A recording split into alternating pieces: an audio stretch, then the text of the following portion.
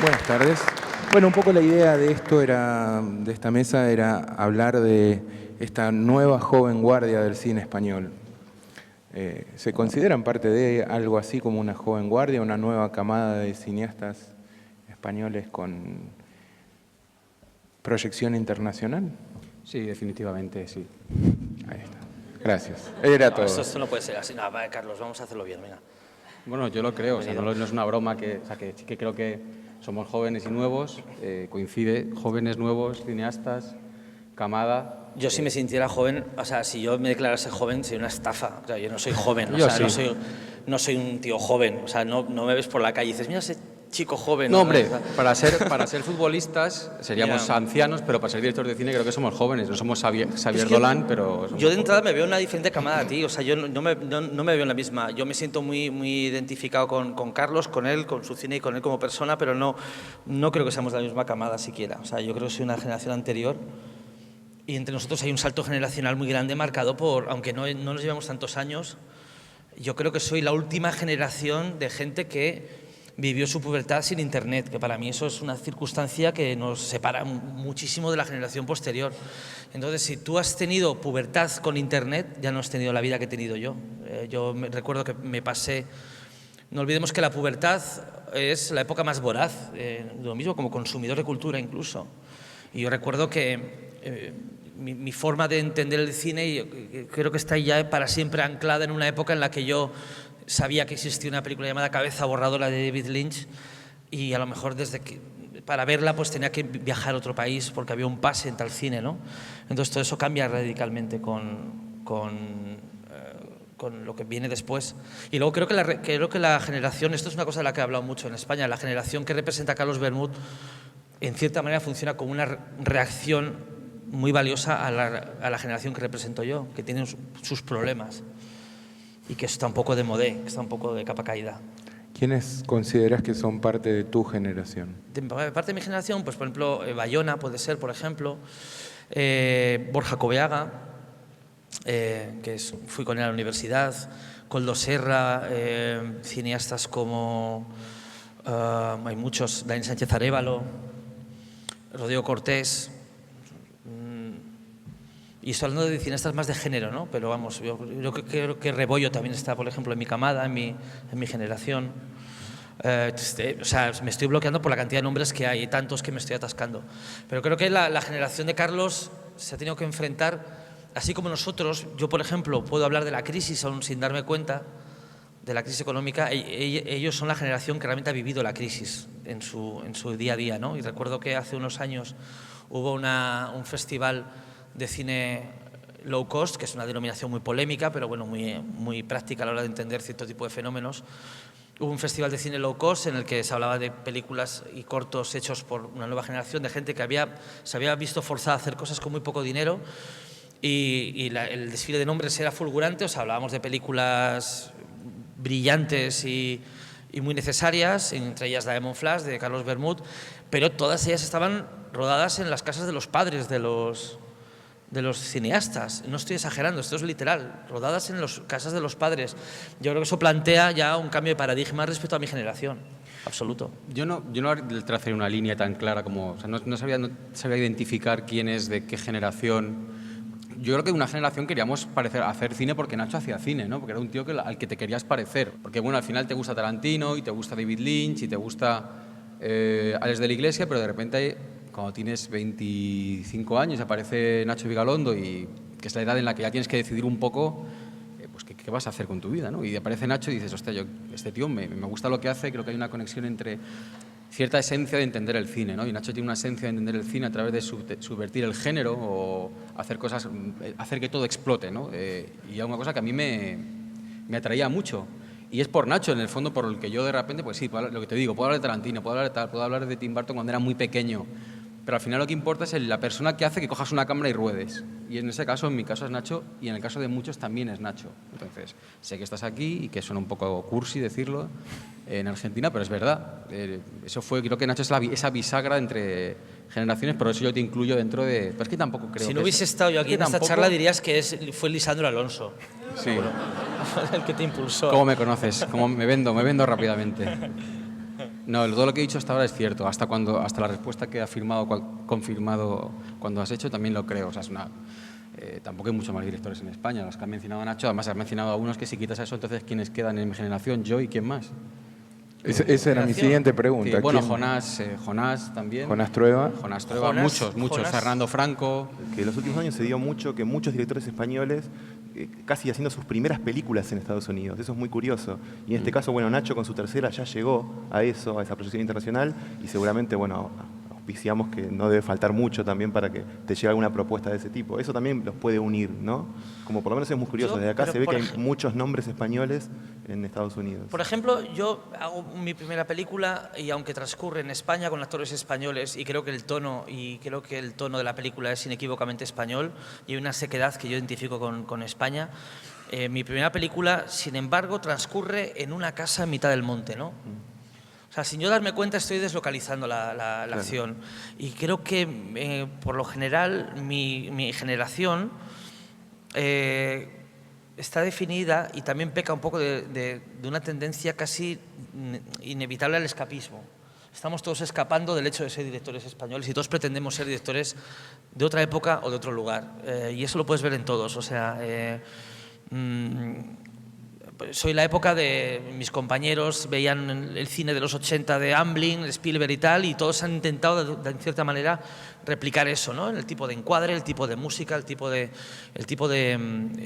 recreación. Y esta conversación la he tenido millones de veces, ¿no? Con directores que hacen un esfuerzo considerable porque la película no refleja una proximidad, sino una distancia hacia la que quieres escapar. Y de repente, pues yo creo que la generación que no solamente está Carlos, sino también pues gente como Canódromo Abandonado, gente como Los Pioneros del Siglo XXI, Los Venga Monjas, hay una serie de directores... Juan Cavestany, es maravilloso. Que es fundamental en todo esto.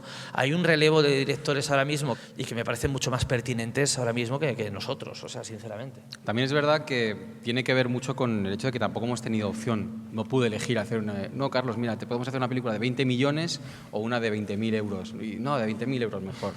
No fue así, o sea, no tuve opción. Tuve que hacer una película de 20.000 euros porque en ese momento, en esa circunstancia, en este país y con 28 años y sin saber muy bien si me quería dedicar a esto, vi que era la opción más clara. Y de hecho Juan Cavestany, que le metemos en esta generación, es un tipo que ha hecho películas, es un tipo que tiene 45, 46 años y empezó haciendo películas que eran dentro del circuito comercial. Hizo dos primeras películas que igual conocen, que es Las locas aventuras de Borja Mari Pocholo y Gente de mala calidad. Y de repente hubo una ruptura, esa línea que se traza a partir de la crisis provoca que de repente coja una cámara de vídeo, una Handycam, como incluso más pequeña que esa de ahí, y hacer una película con actores muy conocidos de España que él conoce a través del teatro y ponerse a rodar en las calles, ponerse a rodar en cualquier sitio sin permiso, porque consideraba que era lo más fácil que podía hacer. Creo que también, pues eso, simplemente hay que subrayar que es una cuestión de necesidad. No tuvimos opción si queríamos hacer otro tipo de cine, ¿no? Surge un poco de la necesidad, el Gotelé aparece por la necesidad, porque no hay opción. Si quieres hacer una propuesta un poco más arriesgada, ¿no? Y lo que fue sintomático de esto también es que estrenaste tu primera película, Diamond Flash, online. El estreno fue online, ¿no? Que se te convirtió en una especie de fenómeno en pocos días. Vuelvo a lo mismo, no tuve elección. No tuve detrás a 20 distribuidoras ofreciéndome la posibilidad de estrenarla en salas. Se estrenó en muchísimas salas a través de los festivales. Hice un recorrido de festivales por toda España, por varios países del mundo. Pero no existe una distribución como entendemos, ¿no? Con ese primer fin de semana, tal. No tuve opción. Pensaba que, ya que hicimos un punto de aparte, digo, en hablar de influencias o cosas que tienen en común, porque sé que cada entrevista o cada oportunidad que tienen sacan a relucir un montón de nombres y referencias que vuelven interesante también, sobre todo porque consiguen plasmarlo.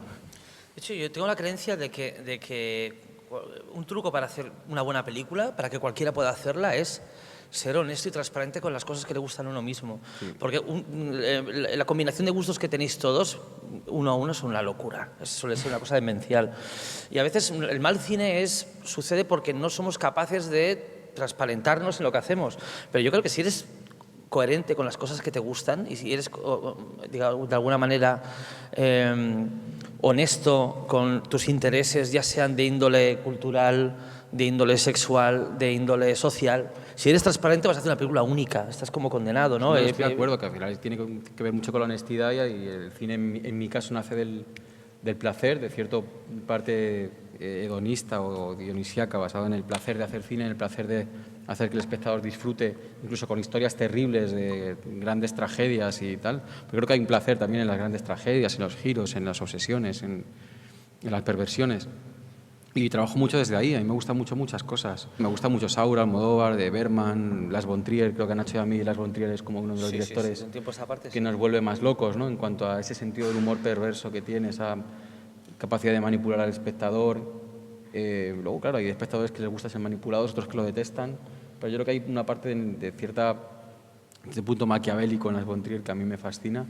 Luego, aparte, me interesa mucho la literatura japonesa, pues, Mishima o Rampo Dogawa o Kobo Abe, directores, o sea, y luego directores japoneses. Bueno, me gusta mucho la cultura japonesa en general y creo que se refleja en la película de manera más obvia y luego de manera más soterrada. Y yo creo que las influencias a veces se comete el error de limitarse a lo cinematográfico y de pensar que son otros directores, ¿no? Cuando, por ejemplo, en el caso de Open Windows, a quien tuve más presente fue a Maurice Leblanc, que es el escritor francés de las novelas de Arsène Lupin. Y la película es una película secreta de Arsène Lupin. La película parece un género, pero luego acaba siendo otro. Y es mi adaptación apócrifa de Arsène Lupin, adaptado a la actualidad. Y luego también a veces se comete el error de dar por hecho que tus influencias son lejanas, ¿no? Volvemos a hablar del escapismo, ¿no? Lejanos en el tiempo o en el espacio. Yo me acuerdo que en un foro horrible, cuando había foros en Internet, y ni siquiera te planteabas que no hubiese chicas, ¿no? En un entorno bastante viciado y se hablaba de cine y tal, y había un chaval que estaba hablando mal de Diamond Flash, y entonces yo le dije, pero tú, por ejemplo, a ver, dame un ejemplo ahora mismo de... Yo le estaba diciendo, es que claro, es que tu problema con Diamond Flash es la proximidad. Tu problema es que esta película está a dos cuadras de tu casa y alguien ha hecho algo en los códigos que a ti se te han escapado y esa persona le ha ido muy bien con esa película. Dame un ejemplo de película que te guste para ver cómo enfocamos este diálogo, ¿no? Y me dijo, pues un ejemplo que dije, pues me gusta el director coreano Memories of Murder, el Bong Joon-ho, y me gusta Amanecer de Murnau. Y digo, ¿te has tenido que ir hasta Amanecer de Murnau? ¿Te has tenido que ir hasta un director coreano, o sea, saltar grandes distancias para contraponer el rechazo que te provoca una película hecha a 2 cuadras de tu casa? ¿Te das cuenta de cuál es la forma de pensar, no? Y yo creo que también con las influencias pasa eso. Digo, pues bueno, pues ¿quién me influye? Pues me influye Lynch, me influye Tarantino, me influye Murnau y tal, pues también me influye él, me influye Borja Coveaga, aunque solamente sea porque sean los directores con los que tengo más proximidad. O sea que al final las toneladas de influencia las tienes a la vuelta de la esquina, ¿no? Ni siquiera somos conscientes. Yo el otro día estaba viendo Twin Peaks en casa de Nacho y película, ¿no? ¿te acuerdas? Te dije, para esto, ¿qué está pasando? Para esto, el fuego camina conmigo. Para esto, y era como una escena de Twin Peaks, era muy parecida a una escena de Magical Girl, y no era consciente. ¿Cuál era? La que le da el collar y la coge así de la cara. Es verdad, y dije, me cago en la puta. Perdón. Dije, ¿y esto? Claro, yo no pensé en esa película, pero por supuesto David Lynch es una gran influencia, pero de repente no pensé en esa escena cuando hice la película y apareció ahí. Y me pasa con otras muchas películas que de repente no son de esos directores que nombras en las entrevistas, pero te das cuenta que hay cosas que has sacado de esas películas y no te acordabas o eres más consciente. Entonces me parece un poco injusto siempre enumerar la lista de directores cuando yo creo que son infinitos en diferentes intensidades, además. Depende del día. Pasa también con la propia vida, ¿no? Porque a veces realmente cuando haces una película, como lo que te lleva a hacer una película tiene que ver mucho con el misterio, con el enamoramiento, te enamora un proyecto y lo haces, ¿no? ¿Y por qué, no? Pues estoy enamorado de este proyecto, lo voy a hacer. ¿Hasta qué punto tu propia vida te influencia tantísimo, ¿no? A la hora de narrar algo que originalmente es algo externo? A mí me pasó con Extraterrestre una cosa brutal, y es que Extraterrestre es una película muy pequeña, que creo que es la última película española que es grande. O sea, es como que el cine español se pega un tortazo en la cara justo en el año en el que hago Extraterrestre y de repente ya no hay presupuesto para hacer películas. Yo recuerdo que cuando hice la película, por aquel entonces, el presupuesto era como $500,000 euros y en aquella época ese presupuesto era una provocación, era como un experimento. Y ahora Magical Girl, que es una película que no parece pequeña en absoluto, cuesta eso. En el cine español los precios han bajado mucho. Y Extraterrestre, no me di cuenta hasta más tarde hasta qué punto era una película sobre la transición de un estilo de vida a otro, claramente. O sea, empieza la película en un piso perfectamente lujoso, más grande que ningún piso en el que haya vivido yo, un entorno de lujo absoluto, donde vive gente joven, donde vive Michelle Jenner, que es una chica muy joven, guapísima, es como una modelo, vive ahí sola. Y de repente, a medida que avanza la película, acaban ya viviendo todos en ese piso, un montón de gente, está todo sucio, está todo guarro, tienen que hacer labores miserables de calentar el agua utilizando el sol. Y de repente es una película de un entorno que se abalanza a la pobreza. O sea, creo que si hubiese intentado plasmar eso desde la conciencia de cómo se está empobreciendo España, no lo hubiese hecho tan bien. Totalmente. O sea, el hecho, lo que tú dices, que intentar a veces abarcar, ser demasiado consciente de los procesos, ¿no? De verbalizar estos nombres que te digo y no dejar hueco a la intuición. En mi caso, yo tengo muchos conflictos con eso también cuando escribo, ¿no? ¿Qué parte de la intuición dejo que entre? ¿Qué parte es más racional? Y yo creo que siempre está ese conflicto cuando estás creando algo, ¿no? Hay parte, de hecho, por ejemplo, en Tarantino, que es un director que me fascina, por sus películas, pero también por su actitud ante el cine, ¿no? A mí es verdad que Tarantino empezó teniendo mucho más contacto con la realidad y poco a poco fue haciendo películas más basadas en el cine que en la realidad. Pero hay cierta ingenuidad en él cuando habla, como si fuese un niño pequeño. Como un chico, sí. Pasa también con Almodóvar y con muchos directores, ¿no? Ves una frescura y una pasión por el cine que va más allá de cualquier racionalización o intelectualización del cine, que a mí me da miedo perder. Personalmente admito mi miedo a perder cierta pasión por hacer cine, por el simple hecho de hacer cine, ¿no? Yo echo muchísimo de menos un sentimiento que estaba una falta de sentimiento que había cuando yo hacía vídeos en mi pueblo, en Cabezón de la Sal. Soy del norte de España, un pueblo, imaginad Twin Peaks, pero en España, o sea, todo mucho más feo y mucho menos glamuroso. Y yo hacía vídeos con tejería, hice una parodia de la película Viven, eso no lo has visto. La película Viven, la tragedia de los Andes, pues hice una parodia de aquello, tío. Es como en vídeo con niños y tal, ¿no? Y éramos, claro, hay una cosa muy bonita que cuando haces vídeos tan joven no eres consciente de ser un niño tú mismo. Entonces haces de gángster, como fumando y tal, y luego lo ves pasar los años y dices, éramos niños, pretendiendo no ser niños. Y entonces de repente están en la nieve, aprovechando que nevó, ¿sabes? Que era, como vivo en las montañas, pues claro, una montaña nevada, pues dijimos, pues venga, vamos a grabar Viven. O sea, que en lugar de hacer una película navideña, hiciste una película sobre canibalismo solamente porque había nieve en tu pueblo. Sí, aparte es que hacíamos como salto de realidad a fantasía, no era como un documental con flashbacks, ¿no? Y yo era uno de los personajes y salía como fumando, tío, no sé fumar, salía como echando el humo y tal. Y decía, bueno, y llegó un día en el que, bueno, yo lo entiendo, ¿no? Porque, claro, era una circunstancia difícil, ¿no? Había una ética que se estaba violando, pero bueno, había hambre y había que sobrevivir y, bueno, yo de alguna manera les perdono, ¿no? Bueno, el caso es que me comieron, ¿no? Y de repente como se rompe la realidad, ¿no? Porque te estoy diciendo que me han comido, pero lo estoy contando, ¿no? Entonces todo se empieza a romper.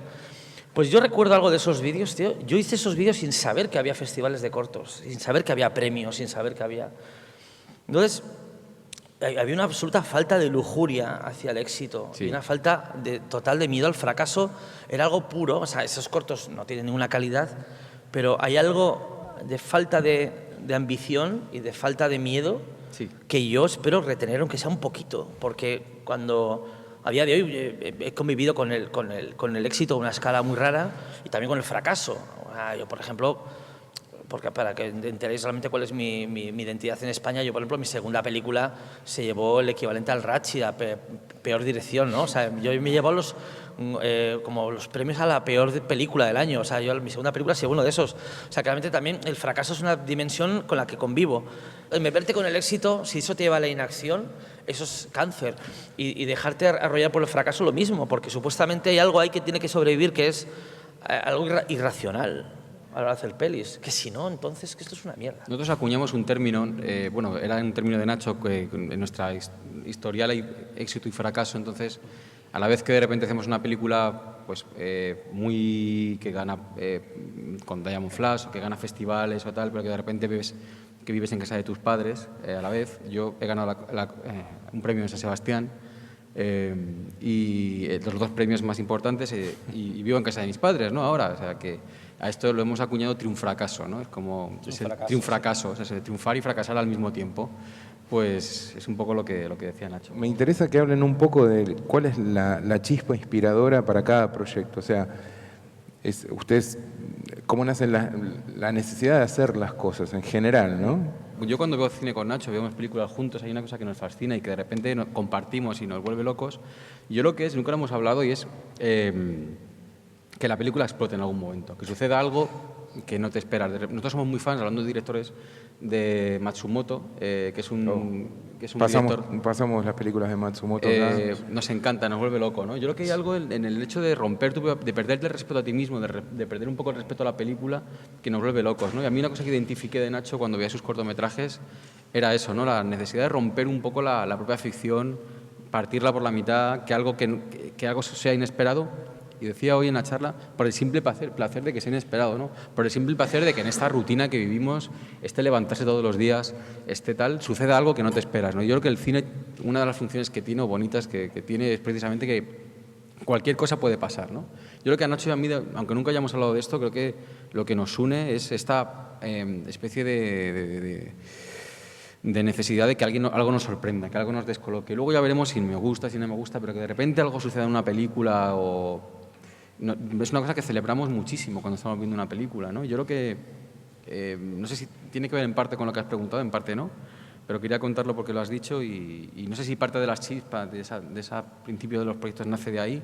Hay algo de eso, pero no sé si nace de ahí, pero bueno, eso es una cosa que por lo menos nos une, creo que nos une. Sí, tiene que haber un grado de vértigo o de no saber qué hay al otro lado. Hay un momento en el que decides enamorarte o no decides enamorarte, te enamoras de un proyecto y el punto de partida puede ser realmente ingenuo y tontorrón. O sea, el punto de partida de Open Windows, yo soy el primero en reconocer que es una tontería, es un gimmick, ¿no? ¿Y por qué una pantalla de un ordenador? ¿Y para qué? Por ejemplo, la película que voy a hacer ahora, el punto de partida es hacer mi Kaiju Ego, mi película de Godzilla, ¿no? Que va a ser una película tipo Godzilla. Entonces, el punto de partida real es, yo creo que es las ganas que tengo de ver una maqueta siendo destrozada por un tío vestido de lagarto, ¿no? Además, tal y como quiero rodarlo, quiero que haya un disfraz real, ¿no? Y es un punto de partida que en un principio no tiene valor porque no me tiene por qué importar a nadie más que a mí. O sea, es una cosa casi intransferible, ¿no? Lo que después se convierte en una película es cuando después descubres que hay un elemento dramático que de repente ya universaliza la película, ¿no? En el caso de Colosal, pues bueno, la historia tiene casi un elemento autobiográfico que yo quería plasmar, ¿no? Un sentimiento de pérdida vital en un momento dado, como de desorientación. Entonces hay un personaje protagonista que está tan desorientado como yo en un momento de mi vida. Y entonces, claro, pero yo necesito que haya un lagarto gigante destrozando Tokio a la vez, porque si no, o sea, si hago una película cuyo destino para mí está tan claro, hay un momento en mitad del proceso que me voy a aburrir muchísimo. Porque hacer una película, tú puedes cantar una canción country y que sea ortodoxa, ¿por qué? Porque dura 3 minutos, pero una película son 2 años de tu vida, 3 años. Entonces yo necesito una gasolina, y esa gasolina es lo desconocido al otro lado, ¿no? Es como una novela de Julio Verne donde los personajes saben a dónde van, ¿no? De la Tierra a la Luna, y en la Luna va a haber un descampado. Pues ya no voy a la Luna. No, voy de la Tierra a la Luna para ver qué demonios hay en la Luna y para ver cómo vuelvo después a la Tierra.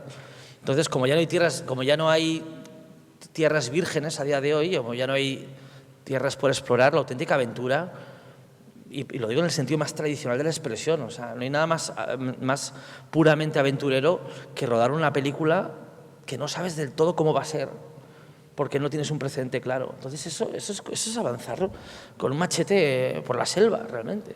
Es muy excitante. Hay algo casi alquímico en el hecho de rodar una película y estar como con 5 adultos, ¿no? Digo 5, no, digo 30 adultos en una montaña haciendo algo loco, una chorrada como una catedral, pero hay un montón de adultos implicados, hay uno que está con cables, otro está con el foco, otro está... Y entonces imagínate, ¿no? que son una comunidad de adultos muy rara, de gente que no se conocerían en otras circunstancias, porque en qué otras circunstancias vas a conocer al tipo de personaje que lleva la pértiga, o esa gente, o el casting, ¿no? Gente muy rara. Entonces es gente que no vas a conocer, gente de repente, o los especialistas, tío. Yo a mí rodar con especialistas me vuelve loco porque de repente hay una complicidad con un especialista, un tío que en otras circunstancias me estaría pegando en la puerta de una discoteca, ¿no?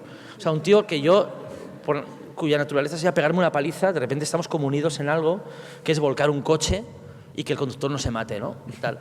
Entonces, hay de repente como muchos adultos en un descampado haciendo chorradas y entonces hay una secuencia en la que hay lluvia en cámara, ¿no? Eso me pasó con Cronocrímenes, que había lluvia y estaba lloviendo de verdad. Y no puede rodarse la lluvia de verdad porque no sale en cámara. Tiene que ser lluvia falsa. Entonces hay que esperar a que deje de llover para rodar una secuencia con lluvia. Hay algo ahí, hay una mística en todo eso que me parece definitiva, ¿no? Teníamos así una pregunta. ¿Qué cosas tomaste, sentiste que de tu trabajo en la historieta, en el TVO, que trasladaste al cine, que te sirvió para el cine? Es que sí. Hay mucho nivel de abstracción, ¿no? Lo típico que diría sería que empiezo a hablar como un argentino un poco, ¿no? De repente es el tema de la storyboard, ¿no? Pero eso sería muy obvio. Lo que realmente utilicé es el nivel de abstracción y las elipsis, que en el cómic la abstracción es distinta porque existen viñetas. En el cine el tiempo está definido. En el cómic hay viñetas y el tiempo se marca de distinta manera. Y aparte son dibujos, entonces la abstracción de la propia realidad a través de dibujos es completamente distinta a la del cine. Pero hay algo, por ejemplo, en la economización del plano que utilizo mucho para el cine. El hecho de intentar que todo suceda en un plano, planificar la entrada de alguien siguiendo con la cámara, para que tal. Es verdad que lo he sacado mucho del cómic. Cierto estatismo o cierta economización de recursos a la hora de contar algo, ¿no? En lugar de cubrirme muchísimo, por ejemplo, hay muchos tipos de directores. Está, por ejemplo, directores que se cubren muchísimo y luego en montaje más o menos realizan la escena. Luego están directores como Hitchcock que planificaban muchísimo la escena, ponían la cámara así, luego entra y les sigue y tal. Que a mí me interesa mucho más como director. Pero también viene mucho del cómic, de esa capacidad de poder esquematizar una idea a través de dibujos, ¿no? Y también mucho poder esquematizar el concepto de la película, poder dibujar la película a nivel conceptual. Es decir, eso lo hemos hablado alguna vez, ¿no? El hecho de que Cronocrímenes fuiste a hablar con un guionista y te la dibujó ¿cómo era Cronocrímenes, ¿no? La dibujó en un papel. ¿Cómo es Magical Girl? Se puede dibujar. Si puedo dibujar la película en un esquema, es como que ya tengo película, ¿no? Y eso me sirve mucho para poder abstraer tener la película en un esquema rápidamente. La película es así y luego aquí pasa algo y es así. O la película es como un círculo, o la película es como dos estrellas enfrentados, la película son parte, como un paso de cebra. Lo puedes ver la película si puedes dibujarla. ¿Hasta qué punto, por ejemplo, Nacho, que quizá tu próxima película sea más americano o francés, y también Carlos, dado la gran estima que si triunfas en España, por ejemplo, normalmente es porque triunfas en el extranjero, y hasta qué punto quizá vuestras próximas películas se van a hacer esencialmente con una pata, por ejemplo, en el extranjero? O qué cinematografía extranjera se adapta mejor a tu manera de hacer cine, ¿no? Y a mí no me parece un fracaso. Yo es verdad que mientras que Nacho yo creo que tiene una manera de hacer cine más, donde creo que hay un mercado mucho mayor en Estados Unidos. Yo qué sé. Creo que es una sorpresa para mí, porque tampoco lo pretendí. Claro, sí. No, pero es lo que va, es ir viendo, probando y decir, ostras, de repente esta gente está súper interesada en mi trabajo. A mí me ha pasado ahora con Francia. A mí, mientras que Nacho ve que en Estados Unidos se puede hacer cosas con ellos, yo me he dado cuenta que de repente en Francia mi película se estrena con el triple de copias que en España, en Francia. Es increíble eso. Y te das cuenta que dices, ostras, es que entonces... Pero claro, yo no puedo perder mi esencia. Y ahí está haciendo un ejercicio otra vez de racionalizar. Pero no quiero perder mi esencia como español, porque creo que precisamente a los franceses es lo que les va a interesar. Y yo tampoco quiero hacer películas españolas para franceses como las tablas flamencos de España, donde van los turistas. Y no quiero ser un director que haga español, que haga películas con elementos reconocibles de España para que los extranjeros las vean para exportar. No, yo no quiero pensarlo, no quiero ser consciente de voy a hacer la película que quiero hacer. De repente si hay actores franceses y se desarrolla en Francia, pues maravillosa, ¿no? Porque la esencia de mis películas tampoco es que sean españolas. Y si son españolas es por una cosa que yo no puedo controlar y va más allá de la propia estética, de la copla o de los toros o tal. Creo que si son españolas es... Yo tampoco tengo una visión como de que yo soy español o defender mi españolidad por encima de todas las cosas, porque creo que hay una cosa que me une mucho más, por ejemplo, con la literatura de misterio japonesa que con mucha literatura española, ¿no? Creo que, no sé, verbalizarlo es limitarlo otra vez, ¿no? Yo estoy absolutamente dispuesto a perder mi esencia. O sea, claro, ¿cuál es la esencia? Por $10.000 te doy mi esencia para siempre, o sea, me la pierdo. O sea, no, yo sería el primero. hasta ahora he hecho cine español, y Open Windows para mí es española. ¿Por qué? Porque a veces nos dejamos deslumbrar por lo que hay delante de la cámara, cuando si la película tiene un equipo español y todo el mundo es español, y la has hecho en España, es española la película. Ahora, si yo me veo empujado a rodar mi siguiente película en Estados Unidos con equipo estadounidense, aunque el guión sea mío, que parece ser que va a ser el caso, yo soy el primero en decir que ya he dejado de hacer cine español, y yo lo que hago, soy un director español que hace cine norteamericano. ¿Qué tal? Me gustaría saber si en el caso de los dos, por ahí más en sus comienzos que ahora, si por ahí las limitaciones se transformaban en disparadores para historias, como por ejemplo pensar qué historia puedo contar en una locación con 2 actores o lo que sea, en vez de al revés por ahí. O qué historia puedo contar en una pantalla de una computadora y a partir de ahí que nazca todo el resto, digamos. Pues a mí es verdad que el presupuesto, la clave, y lo hemos hablado mucho en el Chillo, la clave yo creo que es encontrar el presupuesto adecuado a lo que tú te sientas cómodo. Yo hablaba con ellos esta mañana, con estos chicos, que lo más importante es ser honesto con el tipo de director que eres y no querer ser otra cosa. Y dices, si mis películas necesitan 2 millones para ser hechas, hacerlas con 20 millones van a suponer que no sea la película que quiero hacer, que viva en un infierno constante y tal. Entonces, ya sabes cuáles son tus principios y qué es lo que quieres. Y ya está. ¿Qué ser director de cine? ¿Ser millonario? Bueno, pues ser millonario, pues debuti, X-Men. ¿Puedes hacerla? Debuti, hazla. ¿Va a ser la película que quieres? Si quieres, es la hostia, si quieres, ¿no? Pero son ordenar los principios y ser honestos con ellos. En mi caso es hacer películas que me sienta cómodo, que considere que son buenas, el presupuesto que necesite. Lo ridículo sería que tú hicieras Magical Girl con 20 millones de presupuesto y que estuvieses lamentándote públicamente de que no has hecho lo que querías y que al final has tenido que enseñar lo que es la habitación del lagarto negro. Claro. ¿No? Que esos...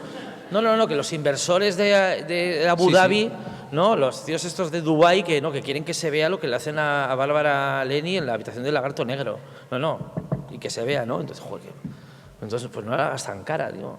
De todas maneras, hay una confusión a veces entre el presupuesto y la economía narrativa.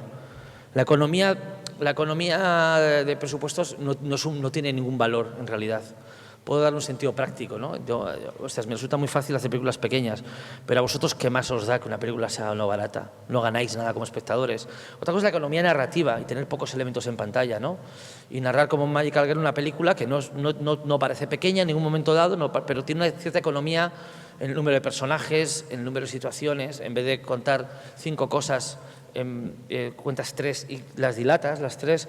Pero es verdad que hay un poco de fascinación. Yo creo que una cosa que nos une también es la fascinación por lo cotidiano, o sea, el punto intermedio entre Haneke y Transformers, ¿no? O sea, hay alguna línea... hay una línea que... No es broma, es verdad que a nosotros nos fascina. Yo creo que una amplia línea, ¿no? Sí, pero hay una... No me refiero lo que el cine que hay entre medias, sino exactamente qué pasa, exacto, qué sucede si de repente Haneke hace Transformers Sí, increíble. Entonces, claro, nosotros nos fascina mucho eso. Nacho ha abordado, por ejemplo, los extraterrestres desde esa perspectiva, yo los superhéroes desde esa perspectiva también, porque, bueno, es algo que creo que nos llama mucho la atención, ¿no? Y eso también es una cosa que nos une, que tiene que ver con la economía también que comentabas sobre el presupuesto, ¿no? Y que nos gusta también el espectáculo y el pulp y la serie B. Es que yo creo que estamos hablando en realidad del realismo mágico de toda la vida. O sea, es que hace poco estaba leyendo, bueno, mi escritor... Quizá uno de los escritores favoritos de Bioy Casares, y Bioy Casares es capital en todo esto, ¿no? En una página están fumando en un portal, en la siguiente página hay un extraterrestre. Claro. Y no hay colisión, hay un disfrute por la colisión, pero a la vez no hay conflicto, ¿no? En todo esto. O, por ejemplo, estoy ahora releyendo El Eternauta, es increíble, El Eternauta, que están jugando al truco al comienzo, las cartas, ¿no? Y hay 2 páginas de que están jugando a las cartas, pero están jugando a las cartas y hay un poco de tensión entre ellos por los tejemanejes de las reglas del juego. Y luego de repente viene el apocalipsis, ¿no? Pero están jugando a las cartas y hay un rato ahí. Joder, eso me parece que hay una verdad, hay una verdad universal en torno a eso. Pasa mucho que cuando estás escribiendo una película, haces sin darte cuenta que los personajes actúan como actúan los personajes de las películas y no como actúa la gente realmente, ¿no? Sí. Y una de las películas en las que vi que eso de repente cambiaba es cuando yo tenía 15 años y vi Pulp Fiction y de repente veía que la gente reaccionaba de manera, no como en las películas de cine pulp o de cine negro, sino como de repente reaccionaban como suelen reaccionar las personas, ¿no? Si algún día hago un western, si me atrevo, ¿no?, a hacer un western, tengo mucho respeto al género. Entonces quiero rodar un duelo, ¿no?, como de duelo tradicional, de distancia, punto y tal, pum, entonces uno cae muerto y el tío que ha sobrevivido, el héroe, ¿no? Como que ha visto que le ha disparado y tal, y ves que, bueno, está nervioso por el trance que ha pasado, pero bueno, ha ganado el duelo. Y entonces, por el tamaño del cuadro, plano americano, sabemos lo que es el plano americano, ¿no? En plano americano y tal, se ve perfectamente que se ha meado. ¿Sabes? Que el tío está normal, pero se ha meado. Y entonces hay una secuencia en la que después está hablando con alguien, no sé qué tal, un diálogo muy largo, y en todo momento ves que se ha meado, pero nadie hace una alusión al respecto, y acaba la secuencia y fuera, ¿sabes? Pero se ha meado. Y además no es el actor, es el personaje, porque hay varios planos y tal, el tío se va a un bar, ves que está ya secándose la mancha, y luego siguen hablando y tal. Hostia, solamente con ese detalle es revolucionado todo. Entonces, escribir cine e imaginar películas puede ser tan excitante. Claro, es muy divertido. Sin recurrir al tamaño, la ampulosidad o los valores de producción, o sea, con una mancha de pis puedes revolucionar No lo hagáis, por favor, que lo quiero hacer algún día, ¿eh? Y luego la peli es normal. Yo también quiero contar una historia, una idea que tengo. Va una tía conduciendo y un tío conduciendo y de repente va por la carretera y se encuentra una chica, entonces haciendo autostop, entonces hace mucho frío, ¿no? La chica va como desabrigada y el tipo, que no es un tipo del mundo real, sino que es de la ficción y no conoce a la chica de la curva, porque si no, no se pararía a coger a la chica, la mete en el coche y la chica está temblando, entonces el tío le da la chaqueta. Dice, ¿tienes frío? Tal. Entonces la chica se pone la chaqueta y van conduciendo, entonces pues como hablarán de algo, no sé, y de repente llega a la curva, entonces la chica le dice, ten cuidado. Y dice el hombre, ¿por qué? Dice, porque en esta curva me maté. Entonces desaparece. Joder, pero la tía desaparece con la chaqueta del tío. ¿Sabes? La tía se evapora, pero con su chaqueta.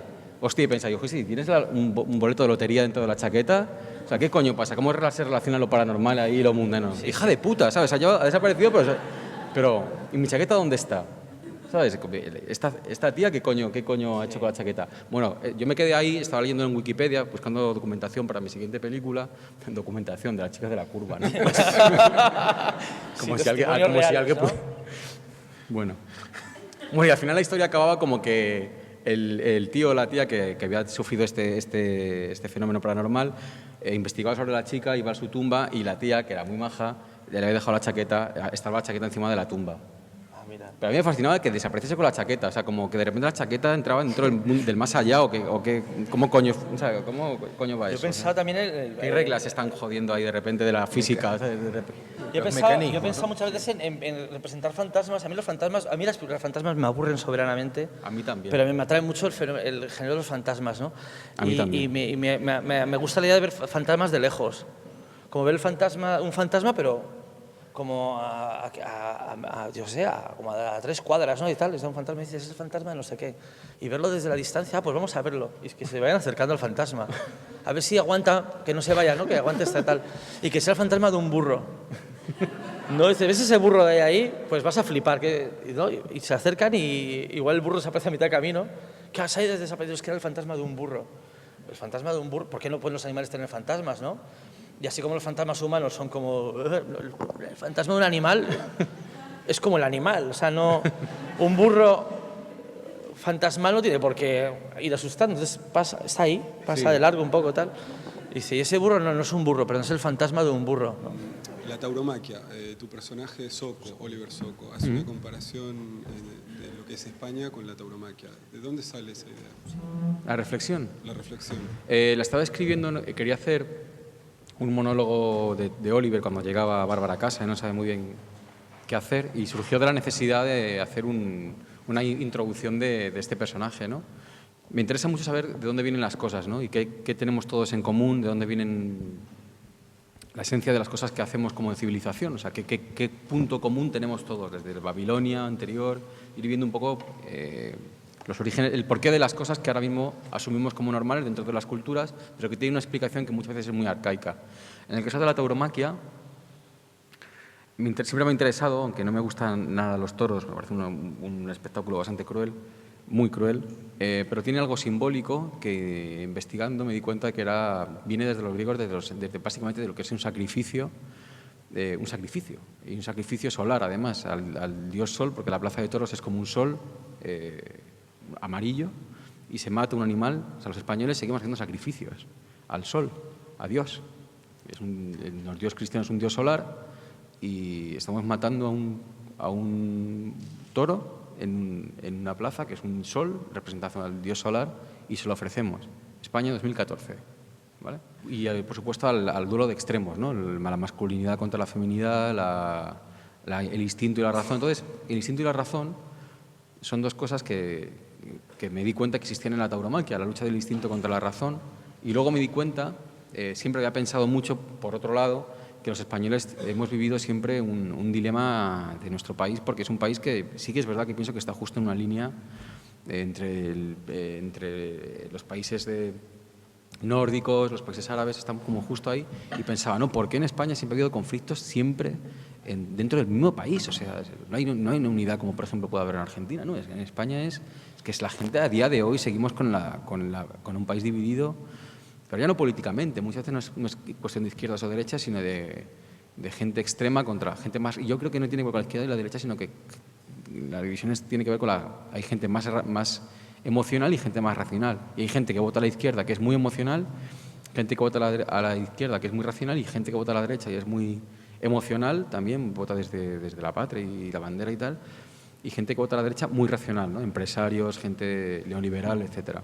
Entonces, siempre me ha interesado eso, y de repente me di cuenta de que tanto la tauromaquia como esta visión que tengo de España, de alguna manera conectaban y me permitían, desde este monólogo que empecé con esta persona, hablar de un poco de lo que considero, lo que creo que es un poco España, aunque pueda sonar incluso un poco ingenuo.